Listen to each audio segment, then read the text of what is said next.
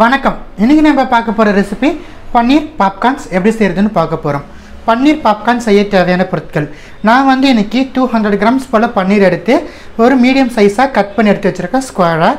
200 grams of பன்னீருக்கு வந்து தனி மிளகாய் தூள் 1 டீஸ்பூனும், கரம் மசாலா 1/4 டீஸ்பூனும், இஞ்சி பூண்டு தட்டி எடுத்த இஞ்சி பூண்டு வந்து 1/2 டீஸ்பூனும், மிளகுத்தூள் பெப்பர் பிளாக் பெப்பர் பவுடர் வந்து 1/2 டீஸ்பூனும், சோயா வந்து 1/2 டீஸ்பூனும் எடுத்திருக்கேன், பிரெட் கிரம்ஸ் தேவைக்கேற்ப, கார்ன்ஃப்ளவர் 1 டேபிள் ஸ்பூன் அளவு எடுத்திருக்கேன், தண்ணீர் தேவைக்கேற்ப, எண்ணெய் தேவைக்கேற்ப, உப்பு தேவைக்கேற்ப. இந்த இன்க்ரீடியன்ஸை வச்சுட்டு கலக்கலான பன்னீர் பாப்கார்ன் எப்படி செய்யறதுன்னு பார்க்கலாம் வாங்க.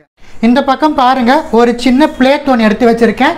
இந்த பிளேட்ல தான் வந்து நம்ம பன்னீரை வந்து மேரினேட் பண்ணதுக்கான அந்த மேரினேஷன் பேஸ்ட் நம்ம ரெடி பண்ண போறோம். இந்த பிளேட்ல நம்ம எடுத்து வச்சிருக்கிற தனி மிளகாய் தூள் ஆட் பண்ணிக்கலாம். நம்ம எடுத்து வச்சிருக்கிற கரம் மசாலா பவுடர் ஆட் பண்ணிக்கலாம். இப்போ வந்து நம்ம தட்டி எடுத்து வச்சிருக்கிற இஞ்சி பூண்டு விழுதை நம்ம ஆட் பண்ணிக்கலாம். இது கூடவே வந்து இந்த பன்னீருக்கு தேவையான அளவு நம்ம உப்பு சேர்த்தா போதும். ஏன்னா நம்ம ஃபர்தர் ப்ராசஸில் நம்ம உப்புங்க சேர்க்க போகிறோம். ஸோ கொஞ்சமாக ஸ்மால் குவான்டிட்டி அளவு உப்பு சேர்த்தா போதும். இது எல்லாத்தையுமே நம்ம நல்லா மிக்ஸ் பண்ணி விட்டுடலாம். நம்ம எடுத்த சோயா சாஸ் ஆட் பண்ணிக்கலாம். சோயாவை ஆட் பண்ணிவிட்டு நல்லா கலந்து விட்டுடலாம். ஃபைனலாக நம்ம எடுத்து வச்சுருக்க பன்னீர் ஆட் பண்ணிக்கலாம். பன்னீர் ஆட் பண்ணிவிட்டு நல்லா கலந்து விட்டுடலாம். சோயா வந்து பன்னீரில் நல்லா கோட் ஆகணும். பன்னீரில் வந்து நம்ம அந்த சோயா பேஸ்ட்டை நல்லா கோட் பண்ணியாச்சு. 10 நிமிஷம் போல் பன்னீர் மேரினேட் ஆகட்டும். 10 நிமிஷம் கழித்து நம்ம ஃபர்தர் ப்ராசஸ் பார்க்கலாம். இப்போ நம்மளுக்கு பன்னீர் வந்து 10 நிமிஷம் போல் மேரினேட் ஆகட்டும். இப்போ வந்து நம்ம சைமல்டேனியஸாக நம்ம டிப்பை வந்து ரெடி பண்ணிடலாம். பன்னீரை வந்து இதெல்லாம் நம்ம டிப் பண்ணிவிட்டு அகைன் நம்ம ஒரு கோட் பண்ணிவிட்டு நம்ம வந்து ஃப்ரை பண்ண போகிறோம். ஸோ அதுக்காக வந்து ஒரு சின்ன பிளேட் ஒன்று எடுத்து வச்சுருக்கேன். இதில் வந்து நம்ம எடுத்த கார்ன்ஃப்ளவர் ஆட் பண்ணிக்கணும். நம்ம எடுத்த கார்ன்ஃப்ளவர் ஆட் பண்ணிவிட்டு நம்ம எடுத்து வச்சுருக்கிற பிளாக் பெப்பர் பவுடர். உங்களுக்கு பிளாக் பெப்பர் பவுடர் வேணும்னா நீங்கள் வந்து ஒயிட் பெப்பர் பவுடர் கூட ஆட் பண்ணிக்கலாம்.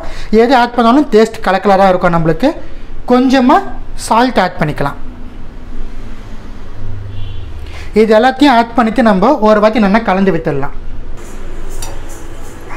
உங்களுக்கு வேணும்னா இதில் வந்து நீங்கள் பீஸா சீசனிங் இல்லைனா இட்டாலியன் சீசனிங் ஆட் பண்ணிக்கலாம். இல்லைனா தனியாக கூட நீங்கள் வேறு ஏதாவது சீசனிங் உங்களுக்கு வேணும்னா ஆட் பண்ணிக்கலாம். நான் வந்து எந்த சீசனிங்கும் ஆட் பண்ணல. Just black pepper, salt, cornflour மொத்தம் ஆட் பண்ணுறேன். நல்லா மிக்ஸ் பண்ணியாச்சு. இப்போ வந்து நம்ம கொஞ்சம் கொஞ்சமாக தண்ணி விட்டு ஒரு பேஸ்ட் பதத்துக்கு கொண்டுட்டு வரணும். அதை விட கொஞ்சம் தின்னான கன்சிஸ்டன்சிக்கு இருக்கணும். ரொம்ப தின்னாமல் இருக்கக்கூடாது, ரொம்ப திக்காமல் இருக்கக்கூடாது. ஒரு மீடியமான ஒரு கன்சிஸ்டன்சிக்கு கொண்டுட்டு வரணும். திக்கான பேஸ்ட்டை விட தின்னான பேஸ்ட்டுன்னு சொல்லக்கூடிய அந்த கன்சிஸ்டன்சிக்கு நம்ம கொண்டுட்டு வரணும்.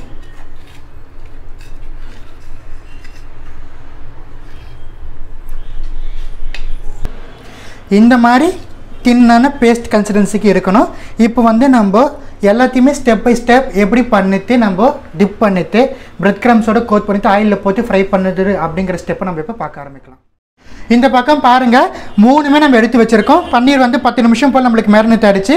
நம்ம ரெடி பண்ண கார்ன் ஸ்டார்ச் அந்த தின்னான பேஸ்ட் இருக்குது. பிரெட் கிரம்ஸையும் ஒரு தட்டில் போட்டு வச்சுருக்கோம் ஒரு பிளேட்டில். இப்போது நம்ம மேரினேட் பண்ண இந்த பன்னீரை எடுக்கிறோம். ஒரு பன்னீரை வரைக்கும் எடுக்கலாம், இல்லை 2மே கூட எடுத்துக்கலாம். இதை வந்து நம்ம கார்ன் ஸ்டார்ச்சில் போட்டு நல்லா டிப் பண்ணணும். டிப் பண்ணிவிட்டு டேரெக்டாக பிரெட் கிரம்ஸில் ஆட் பண்ணணும். இப்போ இதை எடுத்து நம்ம ஆயிலில் போட்டு ஃப்ரை பண்ணணும். இந்த பக்கம் பாருங்கள், எண்ணெய் சூடு ஏறிடுச்சு. மிதமான தீயில் வச்சுக்கணும். ஆயிலில் போட்டு ஃப்ரை பண்ண 3 நிமிஷம் போல் தான் இருக்கணும். இதே போல் நம்ம ரிமைனிங் இருக்கிற பன்னீர்ஸை நம்ம ஆட் பண்ண போகிறோம்.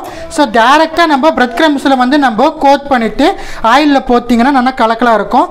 அது ஒரு பிளேட்டில் எடுத்து வச்சு நம்ம போட்டோம்னா அது வந்து கொஞ்சம் கன்சிஸ்டன்சி மாறும். ஆனால் நான் டேரெக்டாக ஆயிலே ஆட் பண்ணிடுவேன். இதே போல் ரிமைனிங் பன்னீர்ஸை நம்ம பண்ணலாம். பிரெட் கிரம்ஸில் டிப் பண்ணிவிட்டு ஒரு பேட்ச் ஆட் பண்ணிவிட்டேன். மிதமான தீயில் 3 நிமிஷம் போல் இருக்கட்டும். 3 நிமிஷம் கழித்து நல்லா கிறிஸ்பாக வந்ததுக்கப்புறமா நம்ம எடுத்துடலாம்.